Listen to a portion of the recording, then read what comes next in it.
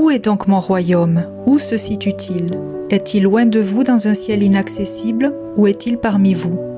Comment pouvez-vous dire me connaître si je suis loin de vous? Comment pouvez-vous dire faire des miracles si mon royaume n'est pas sur terre? Si mon esprit est en vous, c'est que je suis au milieu de vous. Je suis en vous et je suis le royaume, car je suis Dieu lui-même. Je transporte avec moi tout mon royaume, la gloire, l'amour, la paix, la justice, la joie.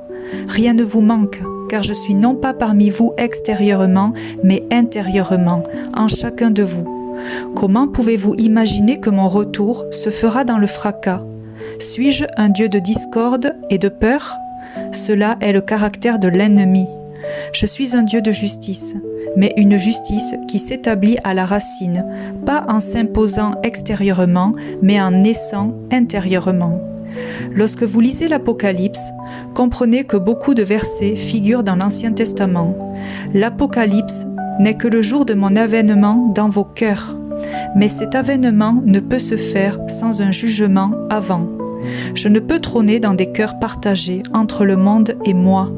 Alors je brûle de mon feu de jalousie l'impie en vous pour me laisser de la place qu'à la vérité. Je juge premièrement ceux qui me servent, du plus grand au plus petit, ensuite mon peuple, mes enfants. Je ne reviens pas juger des personnes qui ne me connaissent pas, mais ceux qui disent me suivre, qui lisent ma parole et qui savent qu'un jugement arrive.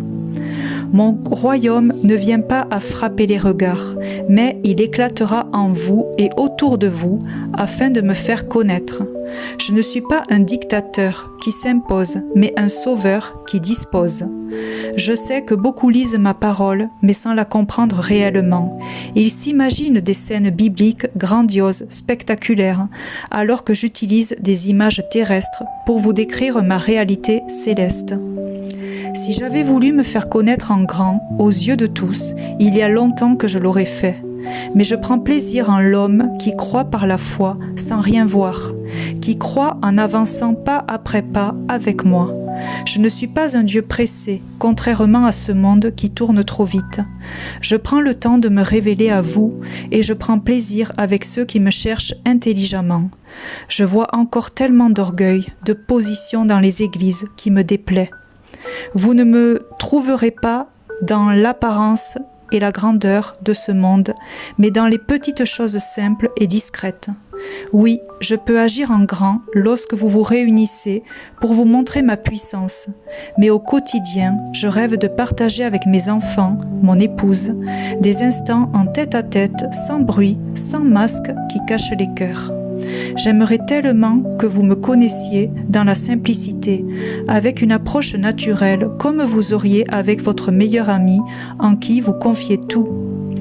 Cherchez ma voix et écoutez-moi pour détruire vos forteresses intérieures qui se dressent devant moi. Réveillez-vous mes enfants, ne conformez pas vos cœurs à ce que vous entendez et répétez. Vous êtes tous uniques avec une intimité qui vous est propre. C'est moi qui guide votre cœur pour que vous m'aimiez de la façon qui me convient. Je vous aime tant, votre Père, votre époux.